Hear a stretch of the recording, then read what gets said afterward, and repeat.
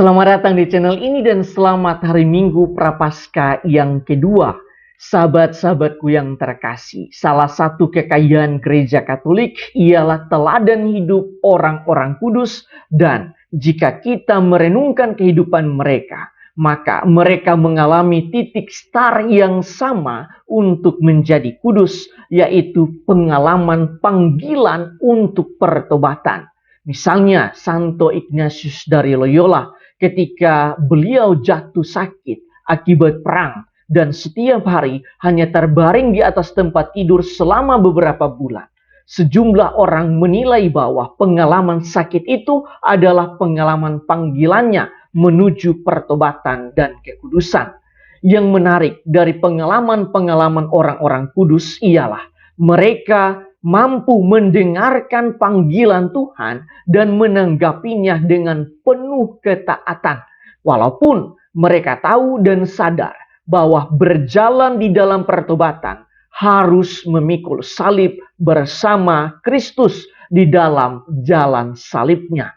Panggilan pertobatan seperti inilah yang akan kita alami selama masa Prapaskah ini.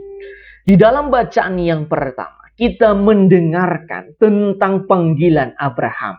Tuhan berfirman kepadanya, "Tinggalkanlah negerimu, sanak saudaramu, dan rumah bapamu ini, dan pergilah ke negeri yang akan kutunjukkan kepadamu."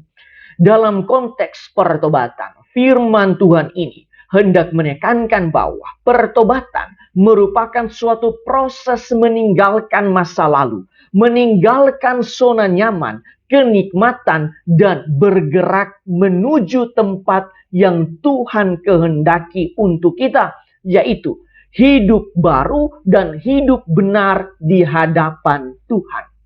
Dalam proses inilah yang membuat banyak orang menderita di dalam pertobatan mereka. Di dalam bacaan yang kedua, Santo Paulus berbicara tentang panggilan Allah yang harus dilalui dengan penderitaan. Ia mengatakan, "Saudara-saudaraku yang terkasih, berkat kekuatan Allah, ikutlah menderita bagi Injil Yesus.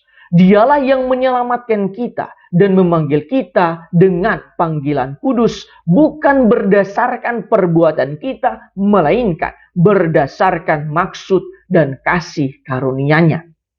Dengan ini, Santo Paulus mau menegaskan bahwa panggilan Tuhan kepada kita ialah panggilan untuk ikut menderita bagi Injil Yesus, sehingga kita membutuhkan kekuatan Tuhan untuk menjalani penderitaan ini. Sedangkan di dalam bacaan Injil, kita mendengarkan kisah transfigurasi yang dialami oleh Yesus di atas Gunung Tabor. Salah satu hal yang menarik dari peristiwa itu ialah sabda sekaligus perintah Tuhan kepada kita semua yang diwakili oleh 3 rasul, yaitu, "Inilah putraku yang terkasih, kepadanyalah aku berkenan, dengarkanlah dia." Dalam konteks pertobatan, cara terbaik untuk mendapatkan kekuatan Tuhan di dalam penderitaan ialah mendengarkan Kristus, karena Ia telah lebih dahulu menderita daripada kita semua. Sahabat-sahabatku yang terkasih, berdasarkan bacaan-bacaan hari ini, marilah kita merenungkan sejumlah remah permenungan. Pertama, di dalam bacaan yang pertama, kita mendengarkan kisah Abraham yang menjawab panggilan Allah. Tindakan menjawab itu dilakukan dengan cara meninggalkan negerinya, meninggalkan keluarga, dan lain sebagainya.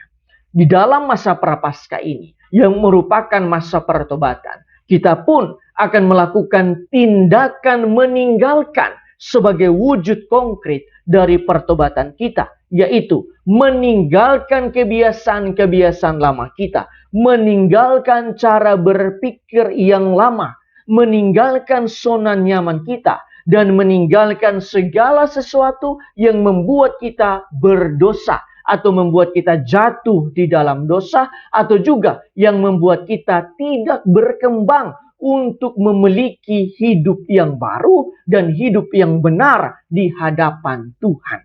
Singkatnya, pertobatan adalah proses meninggalkan. Dalam bahasa yang lain, proses berjalan menuju Tuhan atau proses pertobatan berarti proses untuk melepaskan kemalasan kita, melepaskan cara hidup lama kita, melepaskan ego-ego kita, melepaskan dendam, amarah, dan segala sesuatu yang membuat kita jatuh di dalam dosa. Kedua, di dalam bacaan yang kedua, Santo Paulus mengatakan bahwa panggilan Tuhan kepada kita ialah panggilan untuk menderita demi Injil. Dalam arti tertentu, perjalanan menuju Tuhan dan semakin dekat dengan Tuhan merupakan perjalanan penderitaan. Hal ini sudah layak dan sepantasnya terjadi karena tindakan meninggalkan dan melepaskan adalah suatu pilihan untuk menderita.